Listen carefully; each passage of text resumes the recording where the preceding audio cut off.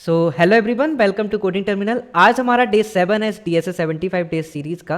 और आज हम जो प्रॉब्लम डिस्कस करने वाले हैं उसका नाम है मैक्सिमम सब एरे। इस प्रॉब्लम को हम एक और नाम से जानते हैं, कैडांस एल्गोरिथम। देख लेते हैं हम किस किस कंपनी में पूछा गया है। ओके, तो आप देख सकते हैं कितनी बड़ी बड़ी कंपनीज में पूछा गया है। बहुत ज़्यादा इंपॉर्टेंट प्रॉब्लम है, तो सीधे हम डिस्कस करने चलते हैं हमारे ब्लैक बोर्ड पर। मैं ओपन कर लेता हूँ। Okay, let me change the colour of this pen. Okay, let's suppose हमको एक एरे गिवन है और इस क्वेश्चन में हमको क्या करना है, एक ऐसा सब एरे फाइंड करना है। सब एरे क्या होता है? सब array is an contiguous part of an array. ऐसा नहीं है कि आप एक एलिमेंट ये ले लो एक ये ले लो, ऐसा नहीं कर सकते। आपको कंटिगस पार्ट लेना पड़ेगा। भले ही वो एक अकेला एलिमेंट भी हो सकता है, वो पूरा एरे भी हो सकता है। तो आपको ऐसा सब एरे फाइंड करना है जिसके इंटीजर्स का सम मैक्सिमम हो, जिसके एलिमेंट्स का सम मैक्सिमम हो। ऐसा सम एरे फाइंड करना है और मैक्सिमम सम रिटर्न करना है। समझ में आ गया होगा। एक और एग्जांपल से समझते हैं। लेट सपोज एक रियल लाइफ एग्जांपल लेते हैं, ठीक है। लेट सपोज आप ट्रेडिंग करते हैं और आपको पहले दिन लॉस हुआ -50 का, अगले दिन प्रॉफिट हुआ 400 का, फिर अगले दिन आपको लॉस हुआ -10 का, और उसके अगले दिन लॉस हुआ 200 का। तो आप कैसे बताएंगे कि आपको ऐसे कौन से दिन थे जब आपका मैक्सिमम प्रॉफिट हुआ? अगर आप इस अकेले दिन देखेंगे तो आपको लॉस हुआ -50 का। आप अगर इस अकेले दिन देखेंगे तो 400 का प्रॉफिट हुआ।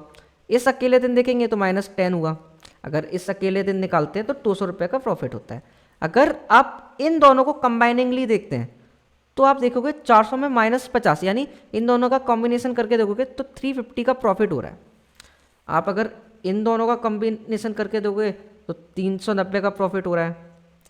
आप अगर ये तीनों का देखोगे तो देखोगे 400, 200, 600 -10, यानी 590 का प्रॉफिट हो रहा है। तो आपको इसमें से मैक्सिमम जो वैल्यू है, मैक्सिमम क्या है ये, तो आपको यही रिटर्न करना है। ये जो सब एरे है, आपको इस सब एरे में मैक्सिमम प्रॉफिट मिल रहा है, आप देख सकते हैं। तो आप इसकी बेसिक अप्रोच क्या है? ब्रूट फोर्स क्या कहता है, आप सारे सब एरे फाइंड कर लो। पहला सब एरे ये हो गया, दूसरा ये हो गया, तीसरा ये हो गया, चौथा ये हो गया, पांचवा ये 2 एलिमेंट्स का हो गया। आपने ये 2 एलिमेंट्स लिए यहाँ से लेकर, और एक सब एरे ये भी हो सकता है। तो सारे ही सब एरे फाइंड कर लो और एक मैक्सिमम वैल्यू, एक मैक्सिमम इंटीजर मेंटेन करो जिसकी वैल्यू आप अपडेट करते जाओ। लेकिन लेट सपोज अगर मैक्सिमम की वैल्यू कहाँ से लेंगे? मैक्सिमम अगर हमने 0 रख दिया और उस केस में लेट सपोज -30 होता, -20 होता, -10 होता, इस केस में हम क्या रिटर्न करेंगे? इस केस में हम जो भी मिनिमम लॉस होगा वो रिटर्न कर देंगे। मतलब हम कहेंगे कि मैक्सिमम प्रॉफिट -10 का होगा हम इस केस में। तो मैक्सिमम की वैल्यू हमारी जो होगी वो हमको -∞ लेनी पड़ेगी, क्योंकि वो 0 से भी तो कम हो सकती है। अब कितनी कम होगी हमें पता नहीं है, तो हम -∞ ले लेंगे और -∞ से हमको जो कुछ भी बड़ा मिलेगा हम मैक्स को अपडेट कर देंगे। आपको समझ में आ गया होगा। तो एक बार ब्रूट फोर्स की अप्रोच लिख लेते हैं, फिर डिस्कस करते हैं। तो ब्रूट फोर्स किस तरीके से लगाएंगे इस प्रॉब्लम पे?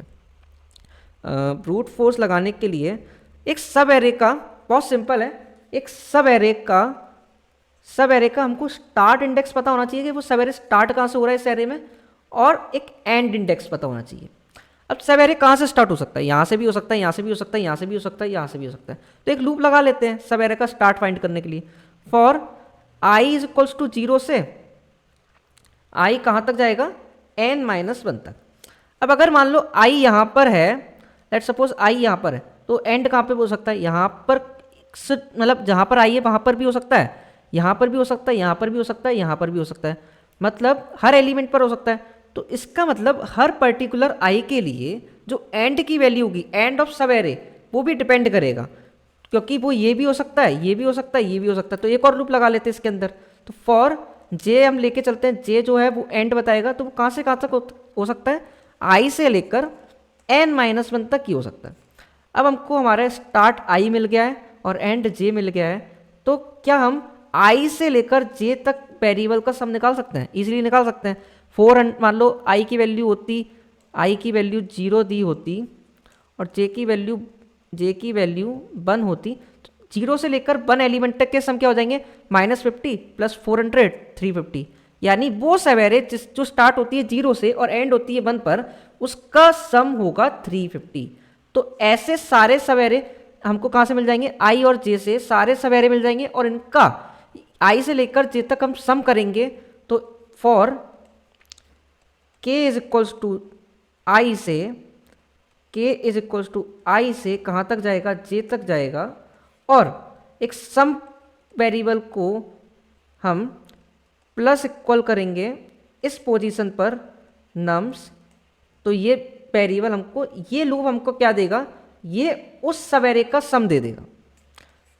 और हम मैक्सिमम स्टोर कर सकते हैं। मान लो यहाँ पर हमने मैक्स लिया इनिशियली -∞, और हम यहाँ पर चेक कर लेंगे मैक्स इक्वल्स टू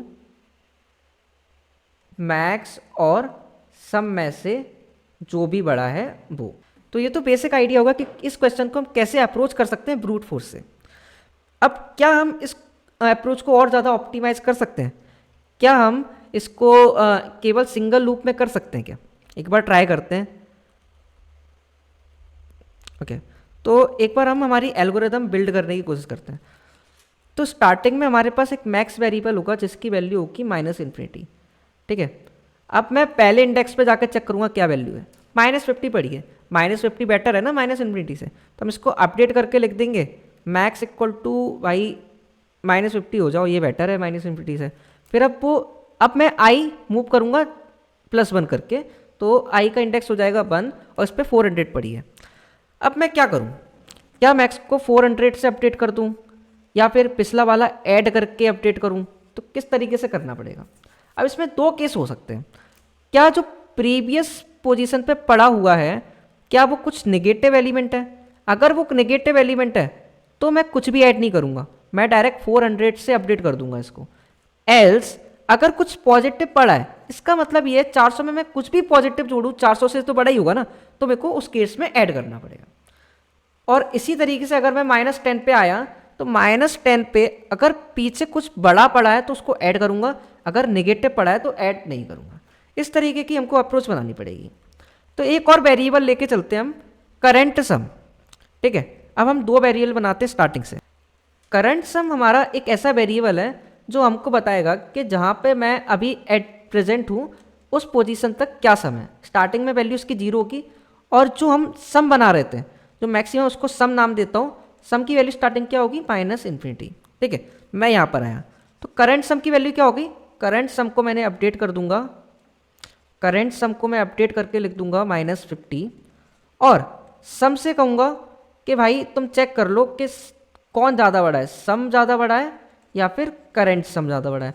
जो भी बड़ा होगा सम उसी की वैल्यू ले लेगा, ठीक है। अब इस लाइन के बाद अब मैं आगे मूव फॉरवर्ड कर रहा हूँ। अब ये करंट सम मैं आगे तभी लेके जाऊंगा जब ये पॉजिटिव होगा, और अगर ये निगेटिव हुआ तो आगे ले जाने का तो कोई सेंस नहीं है। निगेटिव हुआ आगे वाले में अगर ऐड करूंगा मैं तो उस केस में सो ऐसा हो जाएगा कि मैं अपनी जो वैल्यू करंट उसको और कम कर रहा हूं। तो अगर इफ करंट सम <0 होता है तो मैं क्या करूंगा, करंट सम की वैल्यू भाई कह दूंगा कि तुम वापस से 0 हो जाओ बस, और आखिरी में मैं रिटर्न कर दूंगा सम। आखिरी में मैं कहूँगा रिटर्न सम। तो बस यही हम कोड करके देखते हैं, फिर उसके बाद और अच्छे समझने के लिए हम ड्राई रन करेंगे, ठीक है। एक बार कोड करके देखते हैं इस प्रॉब्लम को, ठीक है। तो हम स्टार्टिंग में एक n वेरिएबल बना लेते हैं, इंट n इक्वल्स टू, ये क्या होगा, नम्स की साइज, ये नम्स एरे का साइज। तो कैसे लेंगे, नम्स डॉट लेंथ, ठीक है। एक और वेरिएबल बना लेते हैं इंट सम, जिसकी इनिशियल वैल्यू क्या रखेंगे, integer dot max value, okay. एक और वेरिएबल बनाने वाले थे जो ट्रैक रखेगा अभी तक कितना सम हो चुका है, करंट सम, ठीक है। Current sum equal to, initially हम 0 से इनिशियलाइज कर देते हैं, ठीक है, क्योंकि स्टार्टिंग में तो 0 सम होगा। अब एक लूप चलाते हैं हमारे एरे पर, for int i is equals to 0 से आई लेस देन n और आई प्लस प्लस, ठीक है। अब हम सबसे पहले जाकर तो करंट सम को अपडेट कर देते हैं। अभी जिस पोजीशन पे आ गए उधर तक करंट सम क्या है, ठीक है, current sum plus equals to, अभी जहां पर हम हैं नम्स ऑफ आई ठीक है, ये हमने ऐड कर दिया। अब मैक्स को अपडेट कर देते हैं, max equal to math dot max of, sorry हमने वेरिएबल बनाया था सम, सम को अपडेट करेंगे, sum equal to math dot max, यानी अभी जो इन दोनों में से मैक्सिमम होगा, जो सम है हमारा उसमें से, और अभी जो करंट सम हो गया है, करंट सम, ओके, इन दोनों में से मैक्सिमम वैल्यू। अब करंट सम आगे भेजने से पहले मैं चेक कर लूँगा क्या ये नेगेटिव है कि नहीं। इफ करंट सम अगर लेस देन जीरो होता है, अगर लेस देन जीरो होता है तो मैं क्या करूँगा, करंट सम को वापस से जीरो कर दूंगा, मतलब यहीं से स्टार्ट कर दो, पीछे वाले वेरिएबल पीछे वाले इंटीजर ऐड करने की कोई ज़रूरत नहीं है, ठीक है। और लास्ट में मैं जाके बस रिटर्न कर दूंगा, रिटर्न सम, जो हमारा मैक्सिमम सम का ट्रैक रख रहा है, ठीक है। एक बार कोड रन करके देखते हैं, रॉन्ग आंसर आ गया है, एक बार देख लेते हैं कहाँ गलती कर दी हमने। Current sum plus equals to nums of I 0 से n तक, math dot max sum current sum, if current sum less than 0 है, return sum. Okay, we have to take min value, क्योंकि माइनस इन्फिनिटी लेना था ना, okay, so we have taken the min value. Okay, अभी submit हो जाएगा, हमारा code submit हो चुका है, एक बार ड्राई रन करने चलते हैं। ओके, तो यहाँ पर हमारा कोड लिखा हुआ है राइट साइड में, और ये किस पर हम ड्राई रन करके देखते हैं, ठीक है। लेट्स सपोज इनिशियली एन की वैल्यू क्या हो जाएगी, जब पहली लाइन चलेगी, ये थर्ड लाइन, तो एन की वैल्यू हो जाएगी, एन की वैल्यू क्या होगी, नम्स डॉट लेंथ, इस एरे की लेंथ, क्या लेंथ है 3, ठीक है। इसमें सारे ही एलिमेंट नेगेटिव है, आप देख सकते हैं, इस पर करके देखते हैं। एन इक्वल टू 3 है, सम की वैल्यू स्टार्टिंग में क्या हो जाएगी, अब हमने क्या लिया था माइनस इन्फिनिटी, और करंट सम की वैल्यू, करंट की वैल्यू जो हो जाएगी हमारी, करंट की जो वैल्यू हो जाएगी वो है 0, ठीक है। यहाँ तक हमारा कोड चल गया। अब ये लूप चलना चालू होगा, इनिशियली आई की वैल्यू जो है आई इज इक्वल्स टू 0 के लिए चलेगा, और current sum plus equal to nums of i, current sum में ये वाली वैल्यू ऐड हो जाएगी, तो करंट सम जो अब हो जाएगा हमारा वो -30 हो जाएगा, ठीक है।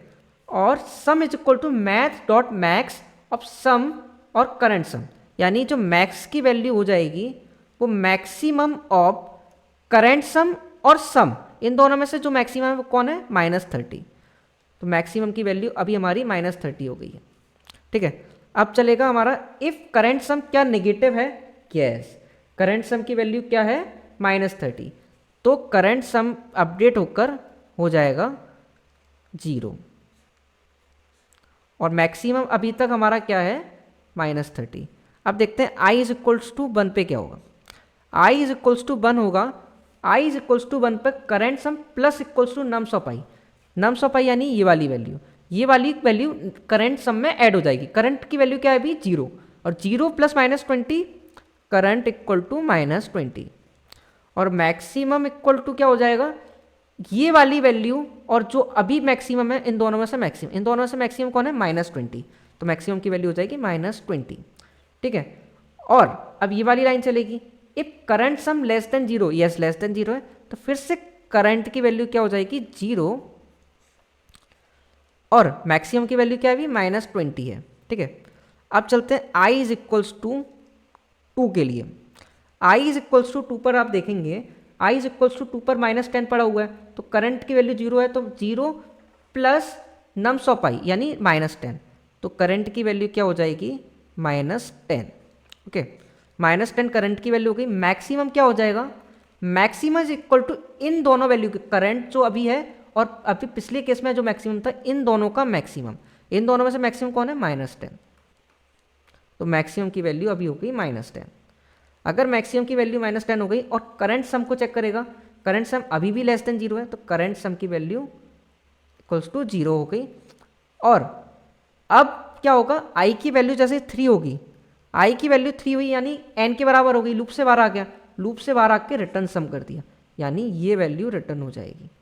अभी सम की वैल्यू क्या है, सॉरी अभी सम मैक्सिमम की वैल्यू क्या है, ये वाली, तो ये वाली वैल्यू रिटर्न हो जाएगी। मैंने सम को यहाँ पर मैक्सिमम लिख दिया है, तो आप चेक कर लीजिएगा। मैक्सिमम वैल्यू अभी यहाँ पे क्या है, -10 रिटर्न हो जाएगी। ठीक है, अब एक केस और लेकर देखते हैं, हम अच्छे से डिस्कस करते हैं हम इस केस को। और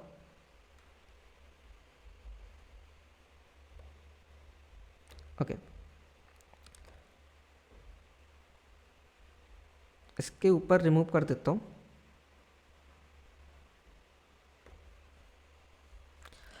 अब इस केस को और डिस्कस करते हैं हम अच्छे से। इनिशियली एन की वैल्यू जो होगी, एन इज इक्वल्स टू जो साइज है इस एरे का, साइज क्या है 4, तो 4 तो हमारा एरे का साइज हो गया, एन की वैल्यू होगी। Sum is equals to initially क्या होगा, सम की वैल्यू -∞ होगी और करंट की वैल्यू 0 होगी। ठीक है, अब i इज इक्वल्स टू 1 के लिए लूप चलेगा, i इज इक्वल्स टू 1 के लिए लूप चला तो पहले तो current sum plus nums of i होता है, यानी नम्स ऑफ i पर क्या पड़ा हुआ है, -10, तो करंट की वैल्यू हो जाएगी -10। और मैक्स सम क्या हो जाएगा, सम क्या होता है, मैक्सिमम ऑफ इन दोनों की मैक्सिमम, इन दोनों में मैक्सिमम कौन है, अभी करंट की वैल्यू -10 है और सम की वैल्यू है -∞, तो मैक्सिमम कौन है, -10, सम की वैल्यू हो जाएगी -10। आप यहाँ पे देख भी सकते हैं, sum equal to math dot max of sum और करंट सम -10 है और सम क्या था, -∞, तो सम की वैल्यू क्या हो जाएगी, -10। अब देखते हैं अगला, ये वाली लाइन जो चलेगी 13 नंबर की लाइन, अगर करंट सम लेस देन 0 है, करंट सम यस लेस देन 0 है, तो करंट सम की वैल्यू 0 कर दो, करंट सम की वैल्यू 0 कर दी। अब i इज इक्वल्स टू 1 के लिए चलेगा code, i is equals to 1 के लिए चलेगा, तो सबसे पहले तो ये क्या करेगा, करंट सम में nums of i, nums of 1 add कर देगा। करंट सम अभी क्या है, 0 है, 0 में नम्स ऑफ 1 यानी 30 ऐड हो जाएगा, तो करंट की वैल्यू 30 हो गई। अब यहाँ पे आप देख रहे होगे 30 ऐड हुई है, 30 में -10 ऐड नहीं हो रहा, तो कि प्रीवियस वाला उसने कहा निगेटिव है तो वहीं पे छोड़ते हुए चलो, आगे ले जाने की कोई ज़रूरत नहीं है, तो इसलिए पिछले केस में उसने 0 कर दिया था। और करंट सम अब इस केस में क्या हो गया 30, और सम क्या हो जाएगा, सम कहता है कि पहले जो सम पड़ा और करंट इन दोनों में से मैक्सिमम होगा, तो सम हो जाएगा 30। अब क्या करंट सम लेस देन 0 है, नहीं है, तो इस करंट वैल्यू को वो मूव फॉरवर्ड कर देगा, क्योंकि ये पॉजिटिव है, आगे कोई भी वैल्यू मिले उसमें ये ऐड होगी। ठीक है, तो अब i इज इक्वल्स टू किसके लिए चलेगा, i इज इक्वल्स टू 2 के लिए चलेगा code, current sum plus equals to nums of 2 यानी -40 ऐड किया, प्लस इक्वल्स टू -40 ऐड करेंगे, तो जो करंट की वैल्यू हो जाएगी 30 - 40 यानी कि 10, सॉरी -10, 30 - 40 -10। ठीक है, -10 हो गई करंट की वैल्यू। अब सम की वैल्यू क्या होगी, सम की वैल्यू क्या हो जाएगी, सम की वैल्यू क्या हो जाएगी, sum is equal to maximum, इन दोनों का मैक्सिमम होता है, इन दोनों का मैक्सिमम क्या है 30 रहेगा सम, तो सम नहीं चेंज होगा, सम कहेगा कि मैं तो 30 हूँ तो बेटर हूँ। ठीक है, अब i इज इक्वल्स टू, अब चूंकि करंट सम अभी निगेटिव हो चुका है, जो करंट सम है वो -10 है, तो करंट सम फिर से अपडेट हो जाएगा, करंट की वैल्यू क्या हो जाएगी 0 हो जाएगी। सम की वैल्यू क्या है 30 है और करंट सम की वैल्यू 0 है। अब चलते हैं i इज इक्वल्स टू 3 के लिए, i इज इक्वल्स टू 3 के लिए देख लेते हैं।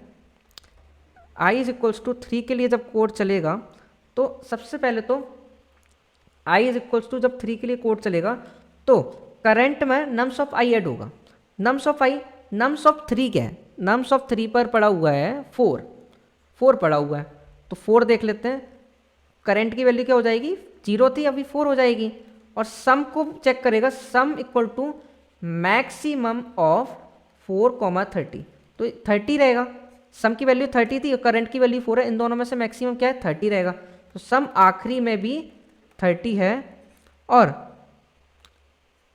सम आखिरी में भी 30 है।